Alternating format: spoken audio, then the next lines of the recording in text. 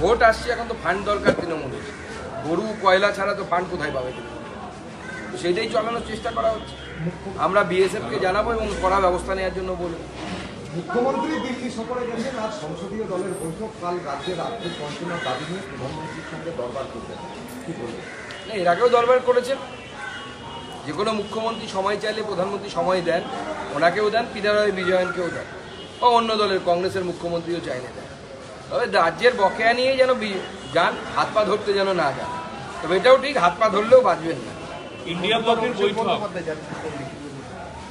অভিষেক বন্দ্যোপাধ্যায় কেন যাচ্ছেন সেটা আমরা বুঝতে পারছি না। উনি তো ডেপুটি চিফ মিনিস্টার হওয়ার চেষ্টা করছেন, মুখ্যমন্ত্রী হতে দিচ্ছেন না। ডেপুটি চিফ মিনিস্টার হয়ে তারপরে গেলে মানাতো। এখন তো কোনো দায়িত্ব নেই, উনি তো একজন সাংসদ। ইন্ডিয়া ব্লকের বৈঠক আজকে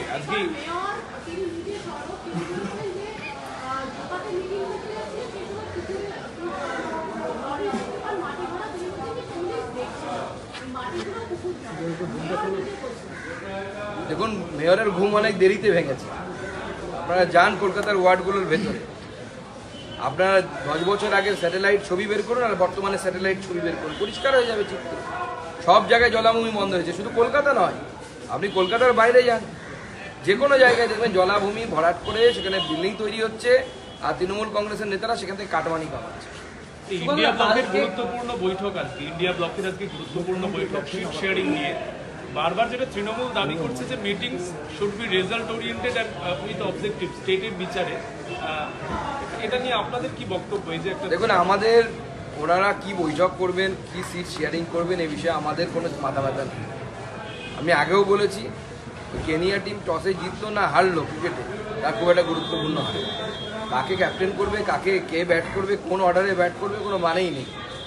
মমতা বন্দ্যোপাধ্যায়ের সাথে লালু প্রসাদ যাদবের দলের জোট হলে পরে না মমতা বন্দ্যোপাধ্যায়ের একটা ভোট এখানে পারবে, না লালু প্রসাদের একটা ভোট বিহারে পাবে। শোনা, কুণাল ঘোষ কালকে বলেছেন যে 2036 পর্যন্ত মুখ্যমন্ত্রী থাকবেন মমতা বন্দ্যোপাধ্যায়, তারপর থাকবেন অভিষেক বন্দ্যোপাধ্যায়। উনি কি করে এত কনফার্ম হচ্ছে যে 2036 পর্যন্ত মমতা ব্যানার্জি থাকবে? ব্যালেন্স করার জন্য বলছেন। এতদিন ভাইপোর হয়ে ব্যাটিং করছিলেন, বুঝতে পারছেন যে দিদি আবার শক্তিশালী হচ্ছে, তাই দিদির দিকে একটু ঝরে গেলেন। তো ব্যালেন্স করে দিয়ে কাজ দালালরা এরকম করে আর কি।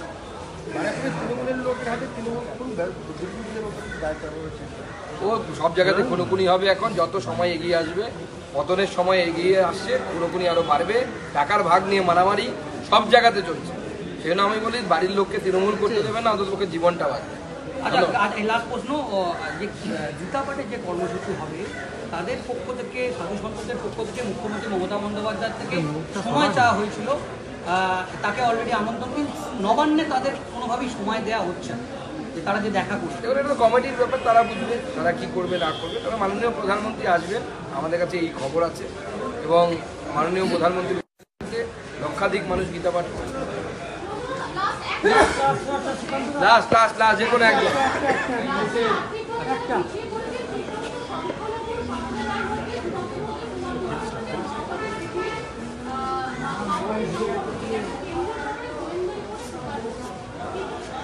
দেখুন, যে কোনো এই ধরনের নিষিদ্ধ সংগঠন যদি কর্মসংস্থানহীন যুবকদের মধ্যে, সে যে কোনো ধর্মীয় সম্প্রদায়ের হোক না কেন, যদি তাদের সংগঠন বিস্তার করে, তা সমাজের জন্য, দেশের জন্য অত্যন্ত ক্ষতিকর। তো আমার মনে হয় রাজ্য সরকারকে সচেষ্ট হওয়া উচিত, এবং রাজ্যে যেভাবে কর্মসংস্থানহীনতা চলছে, মানুষ 2000 টাকার কন্ট্রাকচুয়াল কাজ করতে বাধ্য হচ্ছে, 2000-3000 ছোটো ছোটো শহরগুলোতে গিয়ে দেখবেন, প্রান্তিক জেলাগুলোতে, এবং তার জন্য মারপিট করছে পর্যন্ত, যে কে তৃণমূলের হয়ে সেই পার্টিটা করলে পরে সকাল দুপুর পার্টি অফিসে বসে থাকলে পরে সেই জব পাওয়া যাবে কন্ট্রাকচুয়াল। এই জায়গায় রাজ্যের পরিস্থিতি পৌঁছে গেছে। মানুষের হাতে ক্রয় ক্ষমতা নেই, ক্রয় ক্ষমতা কমে যাচ্ছে দিন, এবং মানুষ পরিযায়ী শ্রমিক হয়ে অন্য রাজ্যে যাচ্ছে। পশ্চিমবঙ্গের এর হাত থেকে মুক্তি প্রয়োজন। মুখ্যমন্ত্রী প্রতি বছর যেমন দেবী দুর্গার চোখ এঁকে পুজো উদ্বোধন করেন, আমরা দেখতে চাই মুখ্যমন্ত্রী কোনো শিল্প কারখানার কেটে উদ্বোধন করছে। পুজো উদ্বোধন কয়েক বছর না হয় প্রয়োজনে বন্ধ রাখুন, কারখানার ফিতে কাটুন। সুজয় আর আমাদের এরা তো বারবার সুযোগ পাচ্ছেন, মানে বন্দী হিসাবে বারবার সুযোগ পাচ্ছেন, সুজয় কৃষ্ণ জ্যোতিপ্রিয় এরা। আদালতের দেখার বিষয় সেটা, আদালত কেন কড়া আদেশ দিচ্ছে না যে এদের নিয়ে গিয়ে কেন্দ্রীয় সরকারি হসপিটালে ব্যবস্থা করা উচিত। কিন্তু রাজ্য সরকার তো তার SSKM-কে তো আমাদের তৃণমূল কংগ্রেসে যারা অপরাধী নেতা, চোর নেতা, তাদের অভয়ারণ্যে পরিণত করেছে, সেখানে বসে থাকছে সব।